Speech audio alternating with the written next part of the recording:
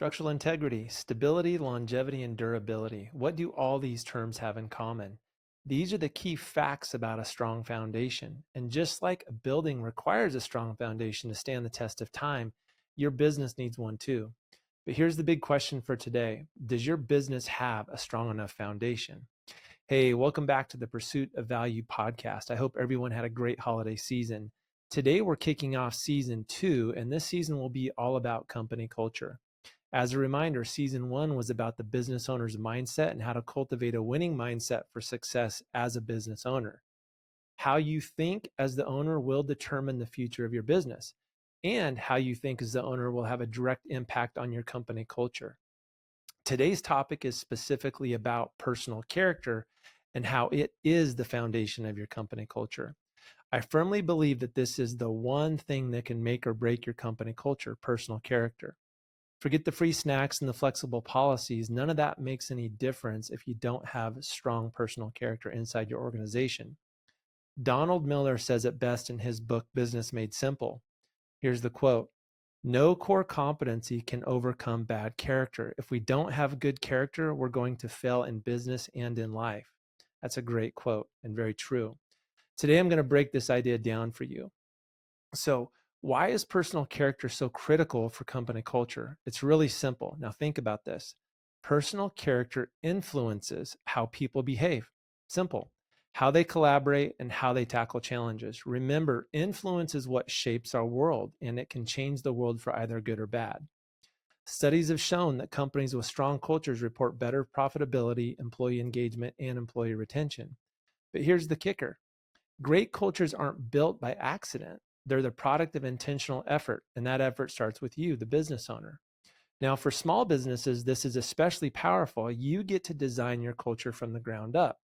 But as your business grows, intentionality becomes even more important. Growth without clear values can dilute your character, and that's why laying this foundation early matters. Back in one of my previous roles, I worked with somebody immensely talented. This person was amazing. They could have been a Fortune 500 CEO, but their inability to get along well with others or allow other points of view really made it a toxic culture, to the point I was getting complaints literally every single day. It didn't matter the skill set. Their negative character ultimately created tension across the entire team. Nobody wanted to work with them, but yet they were so talented. Here's the thing about poor character. It always reveals itself. It always will. That experience taught me that talent only works when matched with strong values. Now, to build a strong foundation for your business culture, focus on 3 key traits. It's integrity, resilience, and empathy. Let's jump into them. Integrity breeds trust. When leaders practice integrity, teams feel more secure, more safe, communication improves, and accountability thrives. In essence, integrity means aligning your conduct with what you know to be excellent and what you expect of others, and maintaining a principled dedication to your values regardless of external circumstances. Now, think about Guinness Brewery's early approach to leadership, and I've touched on this in previous episodes. Back in 1870, they offered healthcare and above average wages, a sign of integrity and care for their employees. That trust created loyalty and longevity for the business. Very impressive what they did. All right, action tip. Always follow through on your promises, no matter how small. Build accountability into your organization using peer reviews or feedback loops. Recognize employees when they demonstrate ethical decision making. That's super important.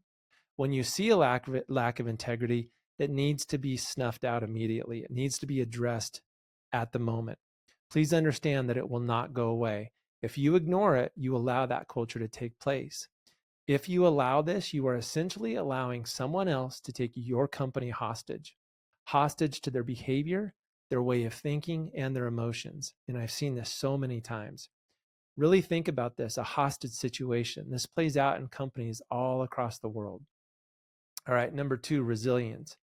Resilience is your team's ability to bounce back from challenges. It builds positivity and creates an atmosphere of adaptability. I once worked with a team that faced a large uphill battle to get a new production line sourced and set up. But instead of pointing fingers and giving up, we gathered everyone together to brainstorm how we could overcome in spite of the daily headwinds. And I mean, each and every day we got kicked in the teeth. That resilience turned setbacks into a framework for future success. It made us stronger. It really made us resilient. Now, here's an action tip.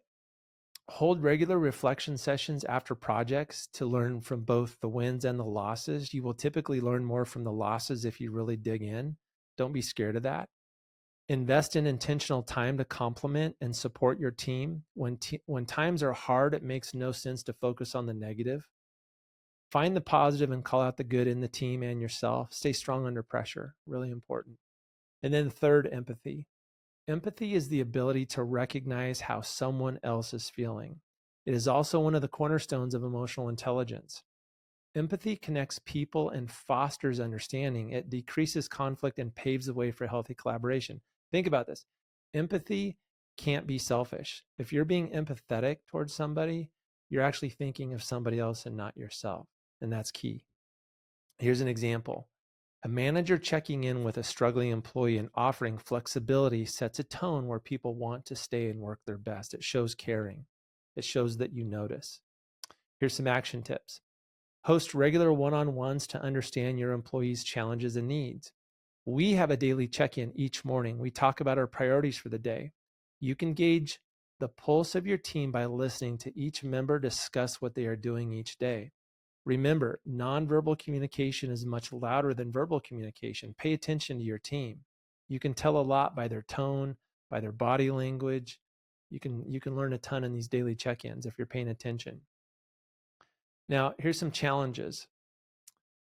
Building character-driven culture sounds great, but it definitely doesn't come without challenges. Here are a few hurdles along with solutions to overcome.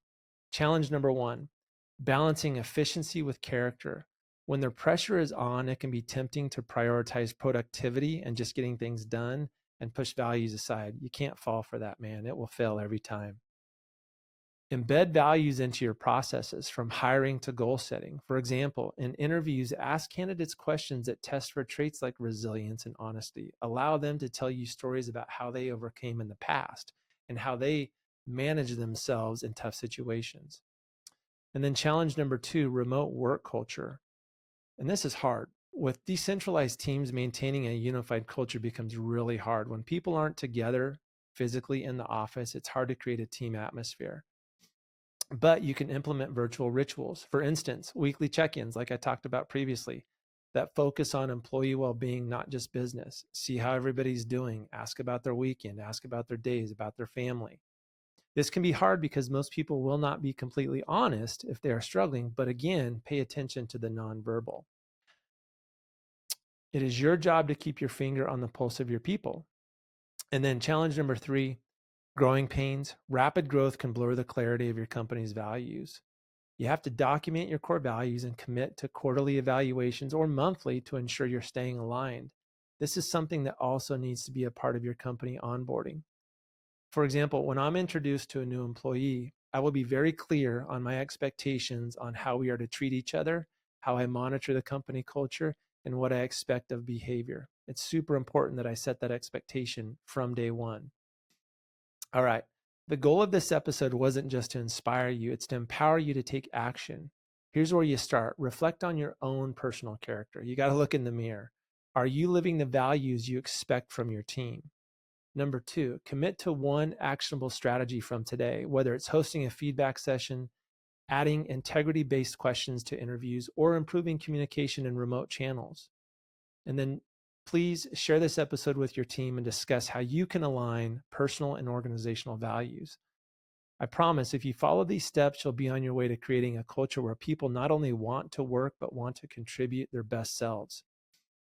Now, here's the thing. As you make the effort in establishing a really good company culture, your team will notice it. Make it known. Verbalize what you want to accomplish. That in and of itself will pay dividends because it shows that you care. It shows that you're putting in effort. All right. Please follow, comment, like, subscribe, all that stuff. Please check out the POV podcast for more actionable advice and past episodes. Together we can build something strong. Take care, and I'll catch you next time.